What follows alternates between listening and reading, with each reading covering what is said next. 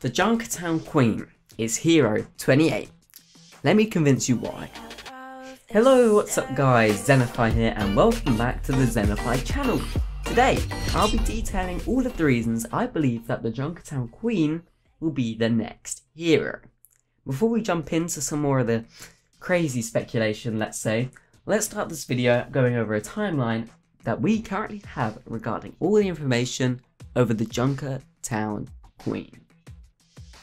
Starting off, the Junker Queen was first introduced in the Overwatch universe in the reveal trailer for what was then the brand new escort map, Junkertown. The video consists of numerous Junkertown cinematics as the Queen's voice is heard. This is your Queen. Welcome to the apocalypse. Welcome to Junkertown. The Queen is detailing some of the lore behind the map, or perhaps adding a bit of hype around the map, which was then just getting revealed. Upon the release of this map, when it first hit the PTR, there was no visual representation of the Queen anywhere, none of the posters that you may see in Junkertown today. The Queen, however, did voice her opinions on the return of Junkrat, or Roadhog, into Junkertown. You're either braver or dumber than you look to come back here, Junkrat. As well as some slightly threatening words towards Omnix. As you know, when you pass through the first gate in Junkertown, the Queen often says a little summit to your team. Shortly after the map was added to the PTR, Blizzard updated the map yet again. Interesting, considering it was only just added to the PTR to begin with. This version of the map had various posters of the Queen appearing all over the place, particularly inside Junkertown, not really in the Australian outback side.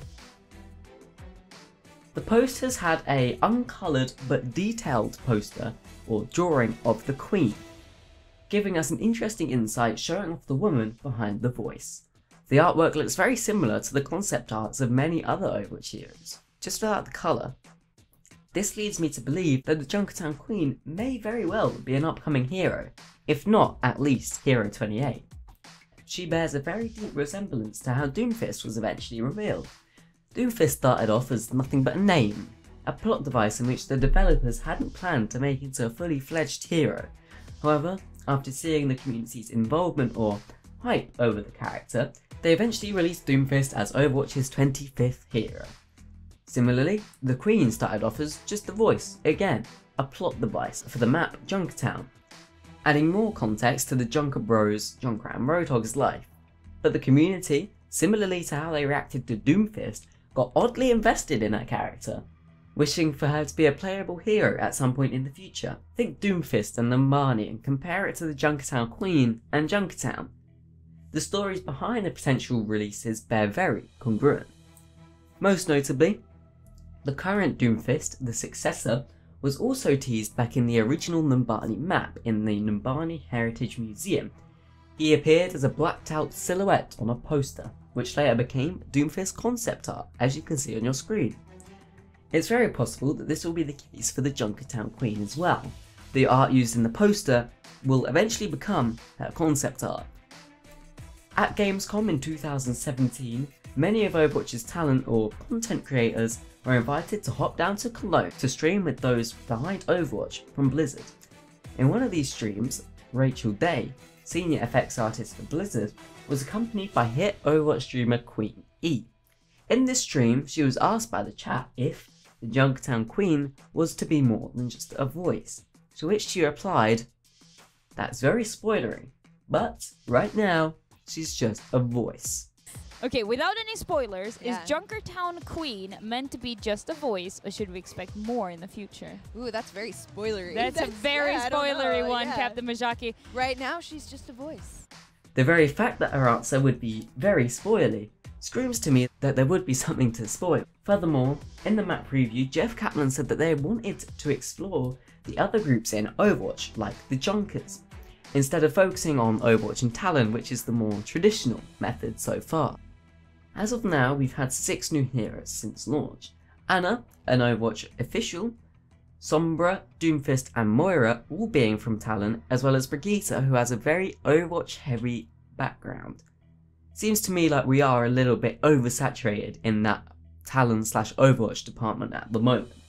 We get so much opportunity to focus the story on Overwatch and Talon, but we don't get a lot of opportunity to explore some of these other groups. And I hope that Junkertown is the tip of the iceberg for what's more to come for Junkrat, Roadhog, the Queen, and the Junkers as a whole. So it's more than likely that Blizzard will use this new hero, like Jeff said in the map preview, to explore other factions in the Overwatch universe, to steer away from the current hero pattern that we have, showing further love to those outside the lore. Functionally, the Junkertown Queen was once no more than Alfred Glitchbot, that voice you may hear from the car in Hollywood, but she, however, has a story, a design in fact, suggesting that Blizzard may want to take her a little bit further. After that, we didn't hear much of the Queen until Jeff took to the forums on February 8th, in the wake of all the Hero 27 hype. Jeff replied to a post suggesting that the Junkertown Queen would be nice as a new hero, to which he replied, "She's so not nice." We know from early Doomfist playtests that they do in fact have 2 heroes, perhaps more, in development at one time. In this case, as you can see on your screen, Orisa and Doomfist were both present in that version of the game. Orisa, however, was a lot further along in the development cycle, as she was the hero to be released first. Doomfist in this clip had no model or anything just yet, and yet the developers knew that they were going to make Doomfist the following hero. If the Junkertown Queen is Hero 28, like I believe she will be, I can say with absolute certainty that Jeff would have known this when posting his reply. Then, once again, it went a bit silent. Until now. On the 21st of June, we got our first Hero 28 teaser, a short video as seen on screen now with the caption, "The calm before the storm."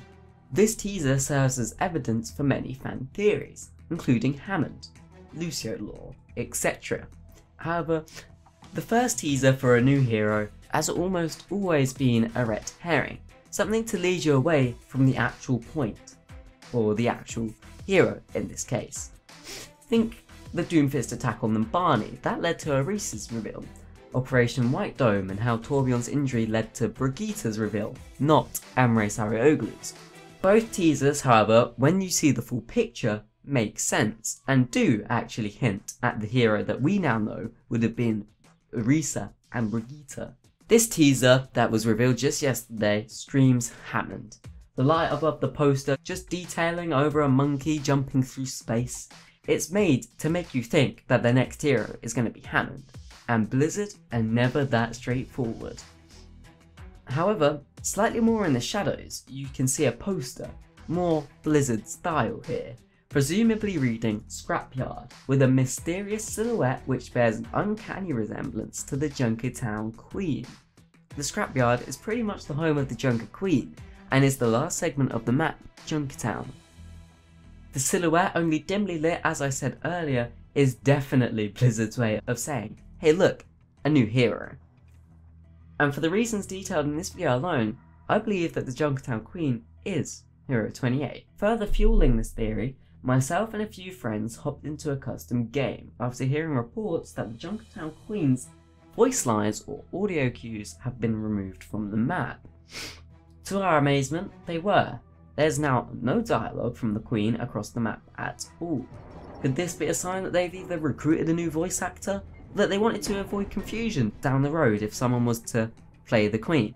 I can imagine it being a bit confusing hearing 2 Queens. Reddit user u/xtcox expertly noticed something else in that recent teaser. Yes, a yellow spray can. Although this may seem insignificant, that same can is found in Roadhog's house on Junkertown. But more importantly, there is a wheelbarrow full of bricks also in this house. Next to it are some suspicious looking gold bars. From this we can infer that Roadhog or the Junkers spray painted bricks to make it look like gold bars in an effort to trick the Junkertown Queen. This discovery would obviously piss her off, and this might be the thing that would introduce her back into the lore. That is going to conclude my video on the Junkertown Queen. I hope you all have enjoyed this video. If you have, be sure to leave a like. And if you agree with this theory or have any counter arguments, please be sure to leave them in the comments below and like the video. Thank you so very much for watching. Goodbye.